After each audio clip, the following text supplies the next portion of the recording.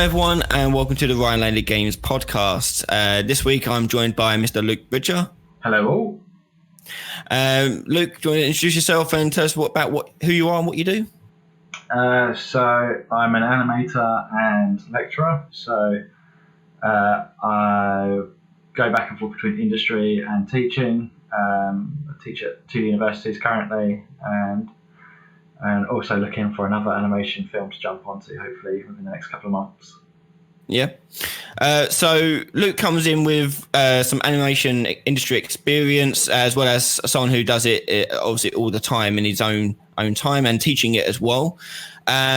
This week we are covering each week we start a new topic and we have a little discussion about that topic. This week we are discussing the topic of overcoming the creative block. So when you hit the wall in your creative design and creative endeavors, when you hit that wall, that block, what do you do to overcome that? And how do you push yourself beyond that to achieve your final goal? Or do you just give up? I mean, there's obviously that option too, and that's something we can discuss. If you like the show and want to email in to be part of the next week's show, giving us your own inputs to your own questions, you can email the show at podcast@ryanlaley.com. That is podcast@ryanlaley.com. So, as I said, the topic of the show tonight is for the overcoming the creative block. So what do you do to get past that wall that stops you from making your project? So I think we'll start off with just talking about our own experiences with that wall and block. And do you have any recent experiences with yourself, Luke, about what about a particular block that you've had? Or currently, strange enough, because of everything going on at the moment with coronavirus or COVID-19, I'm trying to work on my own projects a bit more. So I've got a short film idea that I wanted to pitch to people that I've had in the back of my mind for about 5 years. I've got 2 pages written of script for it, and the problem I always get to is every time I sit down to try and think about what I'm going to start to put into it, I always have another distraction come up and then forget to come back to it. And a lot of the time I rely on things like music to allow my brain to kind of dream it up, or dream up the ideas, because I never ever seem to, if I sit down and try to do something like creatively to think it up from scratch, it very rarely comes to me, whereas if I'm away just not really thinking about it, it seems to come to me as more random inspiration.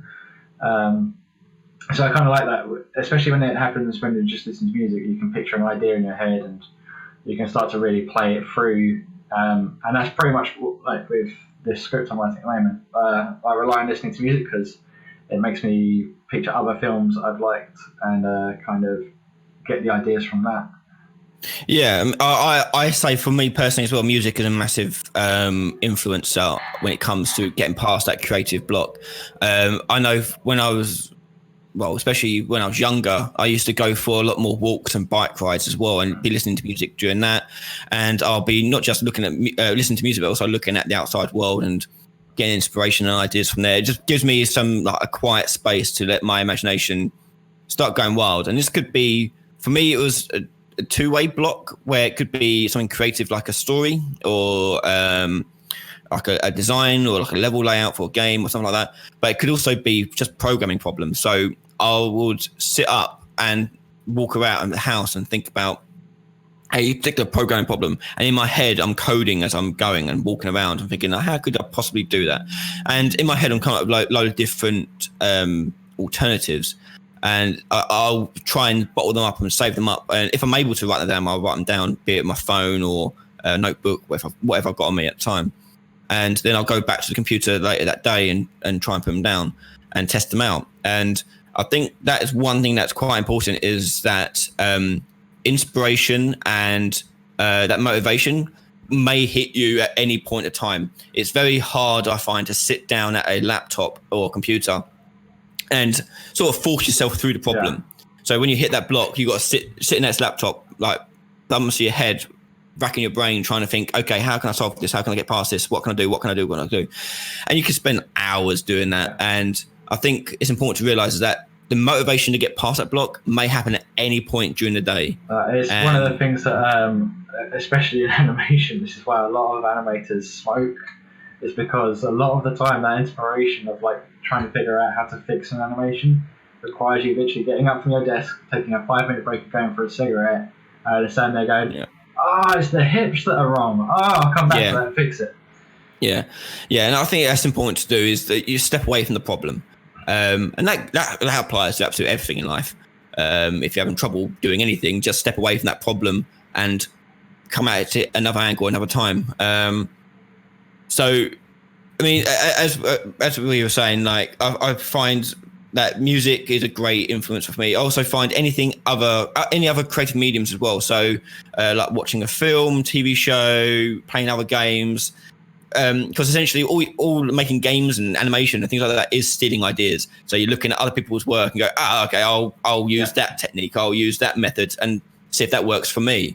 And that's all you're doing over and over and over again. It's just looking at other ideas and other inspiration to help you get past whatever it is that's blocking you. One of the things that, especially with it, because this is one of the things that, especially in animation, a lot of people always go, I'm just copying it though. It's cheating, isn't it? And it's like, no, you're using someone else's example to build your own. And with stories, granted, like if you copy something in a story, it comes out very clear that that's ripped off from that. But one of the things my dad used to say to me when I was younger, because I always wanted to be a writer originally, but obviously that's one of the hardest things in the world to do. I used to always go to my dad, I've got this idea, but I think it's too similar to this idea. And my dad always said to me, well, you shouldn't think of it as too similar. Think of it as you're standing on the shoulders of those before you. Yeah, that's a good way to think about it. And so I always kind of try to use that as my justice for if I'm ever coming close to someone else's idea, it's more, no, I'm using their idea to kind of go further from it, not to stick to it. Yeah. So like looking at bad films. Yeah.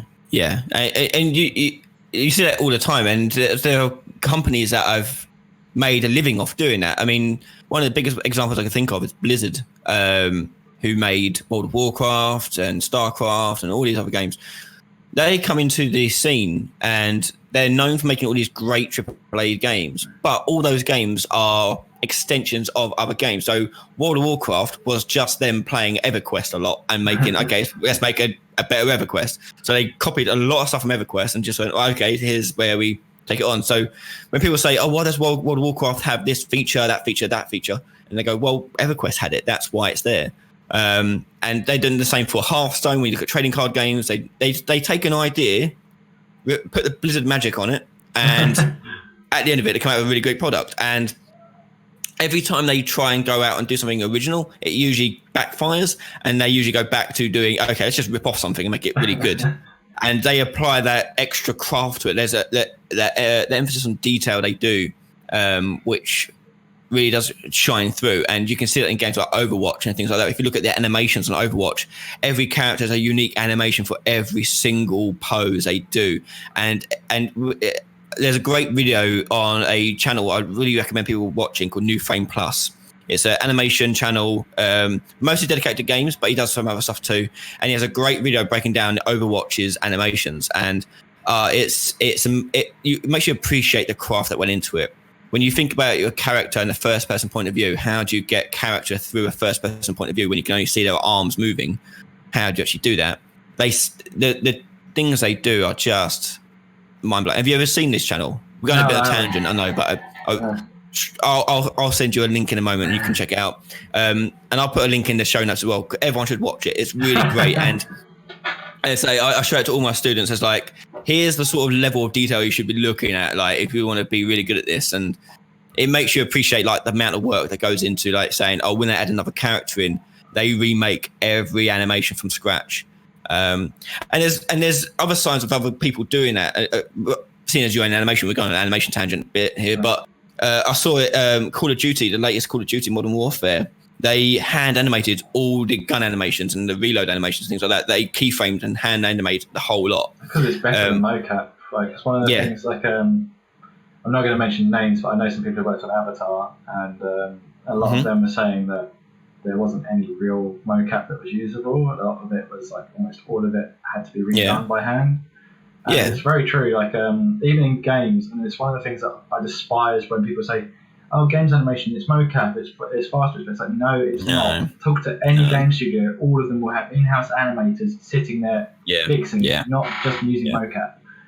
Yeah, no. And mocap is something that I want to do eventually on the channel and show people like how you find this mocap data online, and how do you actually then use it and tidy it up and clean it up for use in the game, for example.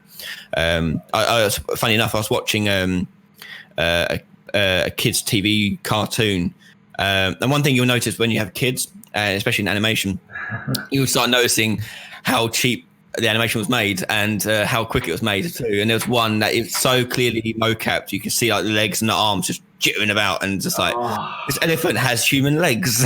Like, what's going on here? But anyway, that's a big tangent from the topic. That's another day. We'll talk about animation and games and film. That'd be an interesting one to talk about and get you in for. Yeah. But we're back on topic of hitting this creative block. And I know a lot of people hit this creative block for different reasons. And one we've both mentioned is inspiration as being a big block, where you don't know where to go next with the next idea, a story beat, or animation, or a bit of code, whatever it may be. But there can also be other blocks too, like technical problems. And I think it's important for everyone to realize. So if you're listening to this podcast, chances are that you're an aspiring game developer or a student that's getting into the creative industries. There's something that people should all know getting into the creative industries is everyone gets stuck on technical issues. Everyone. And we all have to spend time in learning how to solve those technical issues. There's not a single person I know, no matter what level they're at, professional, super professional, been in it for years and years and years, or anything like that know it off the back of their hand, no problem. They will always, at some point or another, encounter an issue. And that issue is something that will cause those mental blocks. And I'm sure you see a lot in the animation industry where people do get stuck on particular tasks or particular jobs they've been given. They don't know how to solve it, how to do it, and they may have had years of experience, but maybe it's something they haven't done before. Maybe it's something that they haven't done for years. It's one of the most refreshing things you'll see in the studio is when you see senior animators, people who've been doing it for 25 years plus, still going and recording reference footage from scratch. Yeah.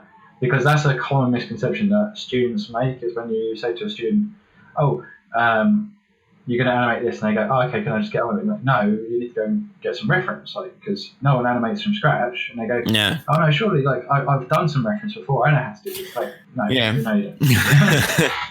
And, the same with modelling as well. Like people go, I'll just model a gun. Like, yeah, okay, but you need a sketch or a reference image. I'm like, I know what a gun looks like. You think you do, but you don't. Please get a reference image. The same can be said even with programming as well. Like people say, oh yeah, I want to program an engine to be able to go so a character can walk through this door, and they go, okay, I know how to do that. But at the same time, it's how are they going to interact with the door? Is it going to be a button push and stuff like that? And you have to always have that map there to be able to go through. You can't just do it like that. And that's the other thing that comes into inspiration is, even before you approach idea, you need to know what you're going to do. And it's that thinking through it. That's always that's the one where inspiration is needed, because you need to figure out what you're going to do first. Yeah.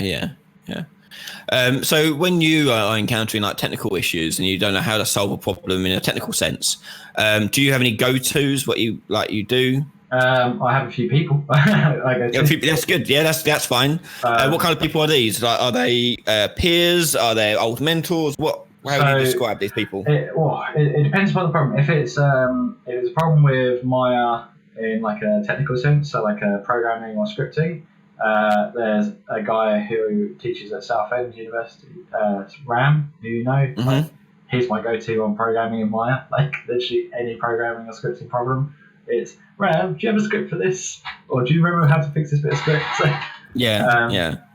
I will have to get Ram on this show at some point as well and get him to talk about his experiences. Ram is a good friend of ours that teaches now, but he used to be an animator in mostly the games industry. But he'd be great to come in as well. I reckon he's a laugh to have on microphones. He's just he's a good character. Is the other thing. Mm-hmm. But so he's my go-to for anything scripting wise. If it's animation, I have a few animators who I've worked with before that I trust the opinion of more than myself, if that makes sense. So there's a guy who I used to work with at Seaside called Andrew Morley, who's he's a really big personality. He's like everyone's older brother. He's a great person to talk to about your animation because he always kind of talks to you like an older brother in that sense of like he'll joke around with you about it, but at the same time he's saying it in a way that he actually means. And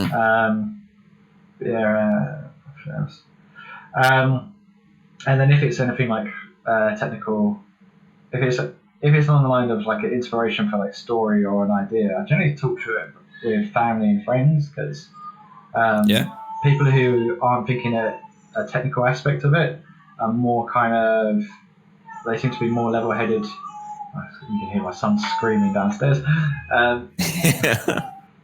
So like if I ask people who aren't in the industry, when it comes to story and ideas like that, they tend to have a better understanding of it because they're not thinking all the technical aspects. They're thinking more what they want to see aesthetically. Does that make sense? Yeah. So I talk to my dad a lot about stories and stuff like that because he tells me films he hates and stuff like that.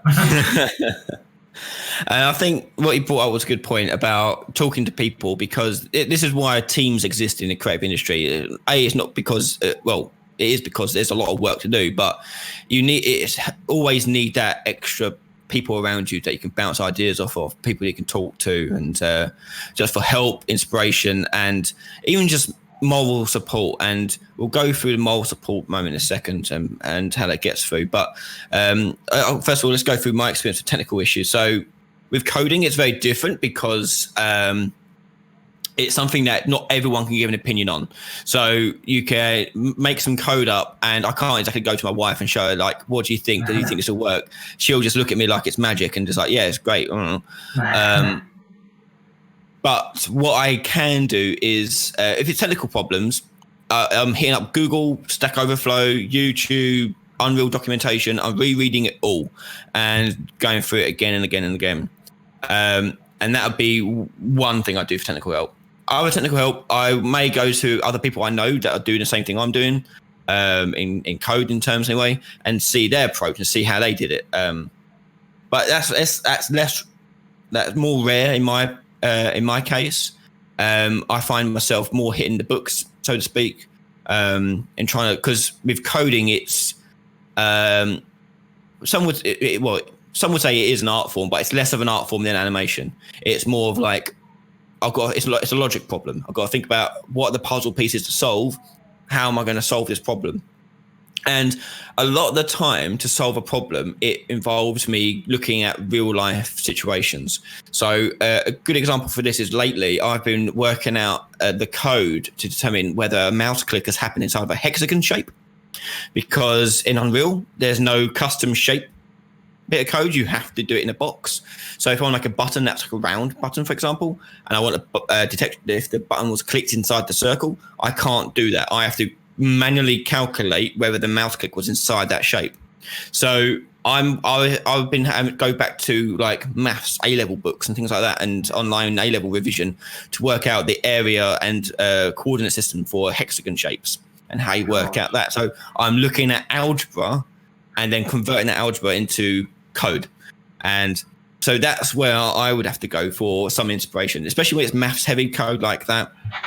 I'll usually find myself looking at problems like in books, things like that. It's very rare that, and you probably come up across this as well, that if you've got a problem or a question, it's very rare you can type that question in its entirety into Google and get the answer. Yes. And as both us as tutors, we can both attest to the point where students type in the question you've given them and expect to find the answer. Oh yeah. And the amount of times I've had to tell students like, yeah, you can't do that. It won't give you the answer. No one's gone out there and it answered exactly what you think. Like I had a classic one where I go, what's your opinion on, we done Blizzard earlier, so let's go Blizzard. What's your opinion on the representation of characters and diversity of characters in Overwatch? Okay. And they would type in that exact question to Google and expect to find the answer. And it's the same with all programming things. Like if I wanted to find the answer to how do I detect when a button click has happened inside of a hexagon, when I searched for that, all it came back with was a forum post about people saying they can't figure it out. And I'm like, well, that doesn't really help. So I need to figure out how to do it on my own. And that's where I go down the daisy chain of thinking, okay, how do you do this in a mathematical sense? Because engineers and mathematicians have been working on this same problem for many years, hundreds of years. I can probably go back and have a look at what the old Greek philosophers have done to solve that problem. And you see it a lot when you're doing like physics and things like that. People go, how to work out how to make this ball bounce realistically, and go, look at physics in real life and look at the equations that determine that. It's one of the most infuriating things with students, especially with when starting out in animation. Things like assign a student a walk cycle. What's the first thing they will do? Type in walk cycle into Google, and you say, go find your own reference footage or film yourself walking from multiple angles, and like go and try and actually animate it from scratch. And they'll go away from you, and then they'll go straight to Google, type in walk cycle animation, because it's one of those things that everyone's done, because it's like the ultimate first task as an animator. Yeah. They'll go find someone's tutorial, and they will literally copy the coordinates of the foot in Z, X, and Y space, note for note, exactly the same as this person's on the tutorial, not actually thinking through anything that is happening or why they are doing it.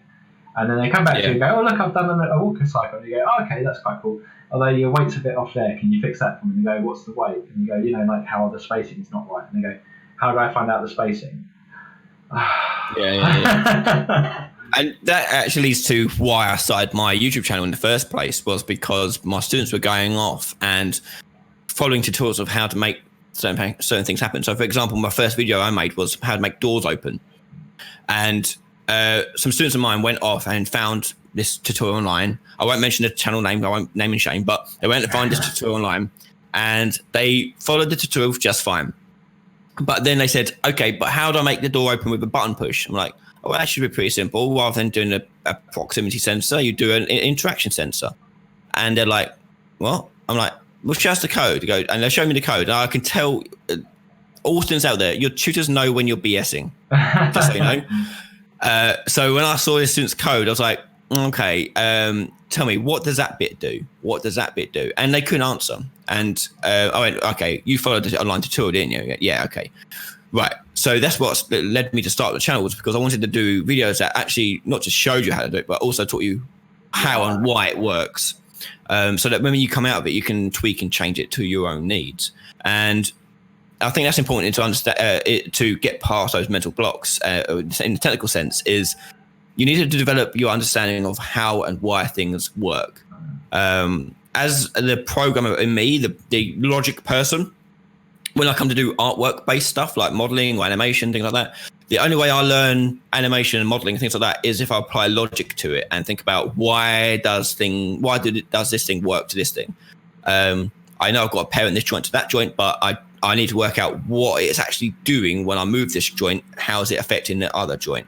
And I'll work out the maths that the computer's doing behind the scenes to develop my understanding of it. And once I've got that understanding now down, then I know, okay, I can then manipulate this and use this to do what I want it to do. And that's just me being the logic mathematical person I am. I'm sure for artists it's very different. An artist can probably feel their way around it a bit more. And it's kind of, especially with animation, it's one of the things that everyone always comes back around to, is the 12 principles of animations. And it's the 12 principles of animation are your guideline, essentially. It's this is how you are going to try to figure out where you're going wrong, and it's to help you figure out where you've gone wrong with your animation without having to sit there for ages trying to wait for inspiration. It's that I know because of the principle of weight and spacing that if a ball bout is being dropped, it should be getting further and further apart between frames because of spacing. And that's what spacing is. It's that showing that weight. And that's what gives something weight, is the spacing. And when you're producing an animation, and if you're struggling to figure out why, you go back to your basics and the principles, and you start analysing what you're doing, and you go, oh, okay, I missed this. This is why it's not looking right. And then you look at it again once you've made that change. You go, oh, actually, yeah, it does look better now. And those are there to kind of help you get that inspiration of what you've done wrong. And unfortunately, as much as because that's where the science kind of comes into it, but at the same time, it is an art of training your eye and training yourself to think of these things without even thinking of it, if that makes sense. So your body just does it. And that's one of the, that's kind of how I work day to day as an animator, is to always constantly go back round to those things in my head, and it's just reverse analysing it, what you've done. So to let's round up some quick tips for people who are in this boat of I'm stuck and I don't know where to go next attitude. What tip, if you had to give one of your top tips, what would you advise these people do? So I was going to say, we've already covered Google is not your friend. No. Talk to a peer or talk to a senior. That's one of the things that this is where being in industry is the best thing you can ever be, because you are surrounded by people who are doing the same work as you or have been doing a lot longer than you. And granted, if you get higher and higher up the chain, you'll actually be that person who everyone else is looking to. But at the same time, you'll have a big contact list of people you know who go, right, I'm struggling with this. I trust your opinion. Can you give me some advice? So talking to people is kind of the go-to straight away, is get someone else's opinion. I'd say my top tip is to just step away from the problem, give yourself some breathing space. This could be like a 5-minute break. It could be an hour. It could be days, weeks, months, even years for some people, where they go back to the project after the fact and work on it. So my top tip is to step away from it, give yourself some breathing space, refresh your head and solve the problem. And this happens a lot in all sense of things. I remember playing the game The Witness. Have you heard of the game The Witness? No. Okay, so it's a puzzle game done by Jonathan Blow, and there's at the end this is a pain in the butt puzzle to solve, and I had bits of paper cut out on the floor in the living room trying to solve it and things like that, and I spent about 5 hours trying to solve it. I then went, walked away. I walked away and had some lunch, chilled out, and then went back to it, and I solved it within 30 minutes because like my brain sort of refreshed. It's like a computer. When the computer gets too air, you just reset the computer and it's giving that time for your brain to refresh itself. I don't know what the science is behind it, but it must be doing something like the neurons are getting wiped clean, and I then think it's kind of giving your brain. Well, it's like in animation. One of the things they say, if you're running out of ideas as to what's wrong with something, flip the video so you look at it from another side, and it's engaging your other hemisphere of your brain. So it must be something along those lines, like walking away from it allows your brain time to refresh that hemisphere. Yeah, and I say, as you said, about changing, flipping the view around and making it mirrored and things like that, that really helps put a different perspective on things. And you see it a lot in artists as well. When they're working in Photoshop, they'll flip the image back and forth between mirrored and not mirrored, so it can make sure it looks good from everything they're looking at. And you'll see 3D modelers just look at it all angles all the time, trying to make sure it looks good at all different perspectives. There's our top tips for everyone listening. So we've got talk to your peers and step away from the problem. Give yourself some space and come at it with a fresher mindset. And hopefully that gets you past any large breaks. One thing I will mention, I think I mentioned in the past podcasts, is I've got a folder, and I'll guarantee, Luke, you've got this folder, because I think every creative person has this folder on a computer of unfinished projects or little experiments that they've been working on. And I think I counted up on the podcast when we talked about it. I think I counted up. I've got about 20 projects or 20 things in there that I started and just walked away from. How many would you say you've got? Oh, I've got at least 100 gigs worth. Yeah, it's a lot. And it's something I think every single creative person has, is that in the end, it's okay to walk away from a project. I think I've actually got that folder labelled as could be useful one day. Yeah, but it has potential. Yeah. So I say, everyone listening, don't be afraid to walk away from a project. Don't tie yourself down to it. Because if you spend a month racking your brain and trying to push yourself past a project and you're not getting anywhere, that could be a month worth spending on a different project somewhere else, and you could be developing your skills elsewhere. Okay, so that brings us to the end of the discussion part of the episode. We're about to go into emails. So let's go into emails. Welcome to emails. So if you want to email the show about topics we're discussing, you can email us at podcast@ryanlaley.com. That's podcast@ryanlaley.com. So we've got 2 emails for this week's episode. I'll read the first one, and then Luke, you can read the second one, yeah? Yeah, cool. Okay, so the first one here is from David, and he is saying, I started focusing on game development after my admission into the university. It all started as a hobby, but over time, it has become my career path. I had to go as a solo indie game dev because not so many people knows about it in my country. The game dev community in my country is a very, very small one. I started my first project last year after watching tutorials and reading material online for about 2 years. Along the way, the project, I started losing motivation. I had gotten frustrated several times, I guess, trying to make one thing or the other work in my game. I had to start learning 3D modeling too, so as to be able to make my own assets for my own game. It has been a really frustrating experience. I'm on the verge of giving up. What advice can you give me? Well, I'll pitch in my ideas first. So if you are in a country or in any kind of location where there's not really much of a community locally, well, you're in the 21st century of internet age, and these communities are all online as well. So talk and join these communities online. You're not limited to your geographical location anymore. The world's connected. So there's all sorts of Discord groups, Reddit forums, and Reddit pages, and forums and websites that you can sign up to, and it's all free. All the communities are free, and you can just start talking to people, sharing ideas. And it's important to know in these groups there aren't just one level of developer. They are developers of all different levels, the noobs, the pros, the amateurs, whatever you want to call them. There's a whole range of people available on these platforms. And just talk to them, ask them for advice, share your work, and get some tips and advice of how you can proceed. Unfortunately, there are, locally is great if you have that local experience, and I always recommend go to local like game jams and events like that in your local area if you can. But I understand that it's not a global thing yet, and not every country, not every community has that advantage.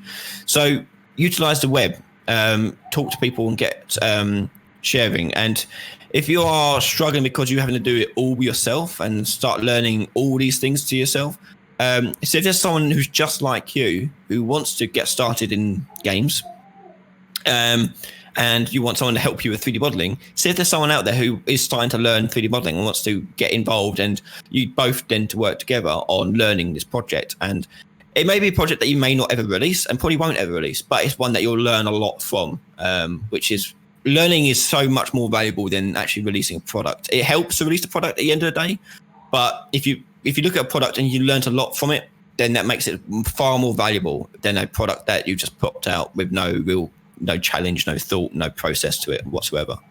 Do you have anything else you want to add to that one, Luke? I was going to say, you pretty much summed up with the get online and get talking to people. One of the ones that's really good that I'm a member of, and I know you are as well, I think, is there's a Facebook page called Indie Developers or Indie Game Developers or something like that. And that's really cool because almost every single day there's someone posting on there. This is my for my game I'm struggling with. Is there any ideas on how to fix it, or is there anyone who wants to jump on board and help me work on this? So that's a really good big community. There's a guy who I work with at UAL, who's an amazing, lovely guy. He's from Poland, where there's not much of a games developers sort of community. He started one in Poland. He started Poland's own gaming community forum. And, great. They have meetings in all over the place. And he also is he runs loads of little startups for communities for indie game developers. And he was planning to do one this year where they make a game. Who can make a game? Well, a team of people tried to make a game on the tube. So start at one end of the Northern Line and finish at the other end. However, obviously, because of where we are at the moment, they can't do it. But no. But one of the things that I learned from him is that the community out there is so much bigger than you realise. It just takes having a couple of days of looking, and you'll find these people, and they're out there trying to connect with everyone else. And I think David, I don't know which country you ever mentioned which country you're in, but you may find there's actually people just like you in the same local community as you, thinking there's no one else like them, but you're all thinking the same thing and therefore never interacting with each other.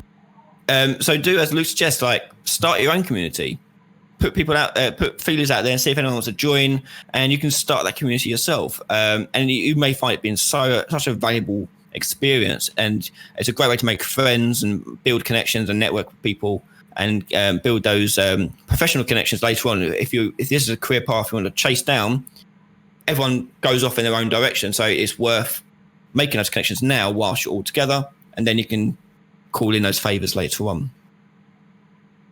Okay, do you want to take this next one from Dusty Memes, Luke? Yeah, so what do I do when I don't know what to make a game about, or when I know some of it but not enough to make a full game about it? This is kind of coming on the line of writer's block for a full story. Yeah, it is, yeah. It's kind of a question of two parts. So we've got if you don't know what to make your game about, that seems more like a story-like question. And also, do you think you don't have enough ideas to make a full game about it? First of all, let's tackle the first part, which is you don't know what to make the game about. And I think we'll go back to what we mentioned earlier about just rip off something. Take something that you know, rip it off, and evolve it somewhere and change something about it. In the end, if it's just a learning experience, which sounds like what this is, a learning experience, we'll tackle it in two ways. We'll look at learning and then a commercial experience. If it's a learning experience, it doesn't really matter. You can just rip it off and just see if you can remake it. So I'll always challenge students, try and remake Pac-Man. I'll never tell them to release it, because why would you when people can just play regular old Pac-Man? But it's a great learning experience because you know what you want. You've got a target you're aiming towards. So you know what you're looking at, and you know where to aim your creative decisions at. But if it's commercial, again, do what Blizzard do. Take an idea that you like the idea of and just evolve it and add your own little spin on it, your own taste to it. And that goes the same thing for story, I think, as well, is take a story you like the idea of and do your research. There's look up Booker's 7 Basic Plots, for example, which is a theorist who talked about there's only 7 basic plots that all narrative media follows, and everything just sort of evolves from that. Look at that up and learn from that. Learn the theory behind story crafting and where that comes in and how character development works, things like that. The hero's journey. The hero's journey as well is a good one to do. Look up these things and use them as a basis and form like a template, a formula, like a template to follow.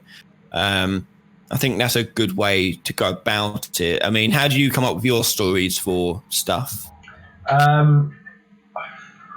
I generally a lot of them stem from films I've seen, because I've watched a ridiculous amount of films over the years. And most of the ideas come from an amalgamation of films I've enjoyed. So it would be really cool if this character and this character were kind of the same, mix of the same person. And then it would be really cool if they, rather than doing that, did what happened in this film, but a bit of what happened in that film. And it's kind of like a mishmash of films. There's a really great YouTube video I watched once called Movie Mashups. And it's about the fact that every single film you see is a mashup of another film, essentially. And it tore apart Star Wars. No, not Star Wars. It tore apart Indiana Jones and Raiders of the Lost Ark. The opening sequence for that is literally 7 films cut together. It's brilliant when you see that sort of thing, because it makes you go, I'm not a rip-off artist, I'm just doing what's been done before. Yeah, and it's there's no such thing as an original idea. been inspired by something and tweaked on that. Like Star Wars, as you said, was basically from a samurai film. Yeah, it's the same concept. I mean, if you were to look up Booker's theory into story crafting, it talks about character archetypes, and if you look at the character archetypes, it's literally 1-to-1 to Star Wars. I mean, Darth Vader literally means Dark Father, and Dark Father is one of the character archetypes. That's literally 1-to-1. So look at that. Same with the hero's journey. The hero's journey maps perfectly to Star Wars as well, especially A New Hope. So yeah, that's your first part of your question, Dusty. But the second part. So what if you know some of the idea but don't know enough to make the full game about it? I think this goes down to understanding what is a full game. What does that actually mean? Especially nowadays when you've got games of different varying lengths. You get games that are like an hour long, 200 hours long, games that are forever evolving and adding new stuff to it. Games that don't end, they carry on. Like you've got games like 2048 and things like that on your mobile phones. They just carry on regardless. So it's hard to know what you mean by a full game. But if you're going for story elements, and that's where it sounds like your question's coming from, is story-based stuff. If you don't know enough to make a full game about it, then make what you have got, and then go from there. That's always a legitimate way of doing it. I know Vince Gilligan, who wrote Breaking Bad, he wrote episode to episode without a plan ahead. The way he approached it was he set up problems for the characters, and then knowing the characters, had to think of ways that the character would solve that problem. So I'll jump in on this because this is something that I have personal experience from a film I worked on very recently. I won't say when I worked on it because it's not. But well, anyway, that film, big project. Script wasn't even in front of us. No. So like they were literally making it up every day as they went. Just like, but at the same time, the people who were making it, you knew it was going to be a big one still. So it's one of these things like people do wing it as they go, and it works still. So. Yeah, it does. And I say Breaking Bad's a great example, working very, very well. No, obviously some bad examples where it doesn't work so well, but I think his one was great. And one thing he said was on season 5 opened with Walt opening the boot of his car to find a gun and load of other stuff in the boot of the car, in his beard and all sorts. When he set that scene and made that scene at the start of that season, he had no idea how Walt would actually get to that position. So everything that it was developing through season 5 was just him trying to make it work towards that scene. So it can work if you make what you have made. There is a problem if you are, again, story in a story sense. If you are just writing a story and you forever just redraft it, adding bits to it and stuff like that, you'll get stuck in a sort of limbo where you don't actually move on with it. At some point, you have to stop and just move on with it.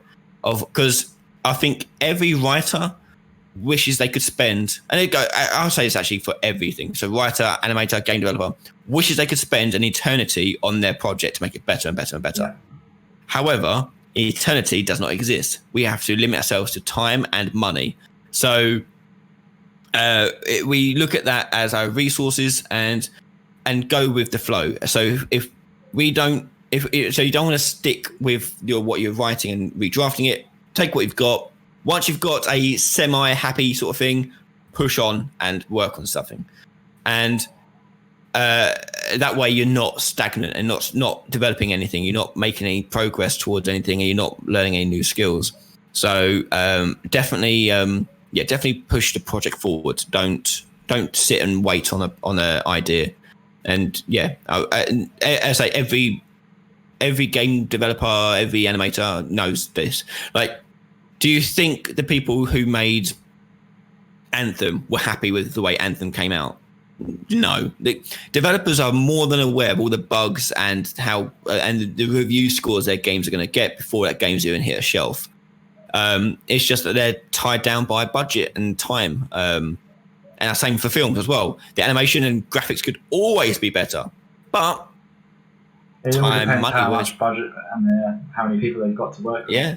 I mean, a lot of these things, from my experience of every film I've worked on, there have been recuts of the story going on up until release. And that in itself, if they're recutting the story, to kind of break it down for you, an animator can't do the job without the story. And if you're recutting the story whilst the animator's working, you're essentially making the animator have to restart their work every single time you cut that story. Yeah. And it makes it impossible because it's one of these. It's not a quick process either. No. Like if you get told now, this character is no longer going to be in that position. They're going to be doing this over here. Like, well, okay, give me another week. Hang on, and it takes time. And those who don't know the skill set or don't know what goes into creating this work are the worst offenders of this. Yeah. You always get project leads, directors, and everything else that don't know like animation or modeling, and they go, can you actually change it so that his hair's now down, or her hair's now down rather than tied up? You're like, oh geez, right, okay, Christ, right, let's work on this. And that adds a whole lot to it, and it adds a lot of, not just time but money, because people's time is money. So and where you take people off a project, they're on a task, you take them off that task, go back to another task, that then delays that one, and it gets a knock-on effect. My favourite one of all time that I had was a producer said to our senior at the time, I don't like how that looks in that shot, and we explained it to him, look, the reason it looks that way in the shot is the way it's been filmed. So if you want to change it, you need to go back and film it again. They're like, can you not just fix it on your end? I'm like, well, no, because it's the camera that's doing it. It's not what we're doing. Yeah. It's the camera. Like, oh, but I really don't like it. It's like, so I was trying to explain. So look, either you go refilm this, or we stop having this conversation. Yeah. Another example we had in last week's episode was when you get people who aren't experienced in your field trying to give you notes, and they use fluffy language that doesn't really help you. The classic ones are like, I'm guessing for animation, is can you make this look more alive, or make it look more zazzy, or I had a producer actually say to me, can you make something a little bit less a producer actually said to me, can you make this a little bit less and I was like, I even turned to my supervisor and went, what the fuck does he mean? And he said, I don't know. So what are we doing? Yeah, and at that point you can probably resubmit the exact same shot. That's it, you done it. Well done. No. But yeah, you get all the same time. Like the classic one for gaming, coding, which I went through last week, was can you make this feel more fun? You're like, what? What? Like, all right, sure. Don't know what that means, but okay. So yeah. So I don't know where we got on this tangent, but there we go. So yeah, move on with those tasks, and you'll have a much better time with it. Yeah, okay, don't know where we got off there. We got off on a tangent and started moaning about life. Okay, so and that brings us to the end of this episode. So thank you very much, Luke, for joining us on this episode. Thank you for having me. So next week topic, we're going to be talking about target audience and how do you actually aim or look, what things you look at to aim your game or project towards a certain target audience. So if you have any questions about target audiences and or any of your personal stories about target audience, you can email the show at podcast@ryanlaley.com. That's podcast@ryanlaley.com. Again, thank you, Luke, for joining us this week, and thank you everyone for listening, and we'll see you all next time on the Ryan Laley Games Podcast. Bye.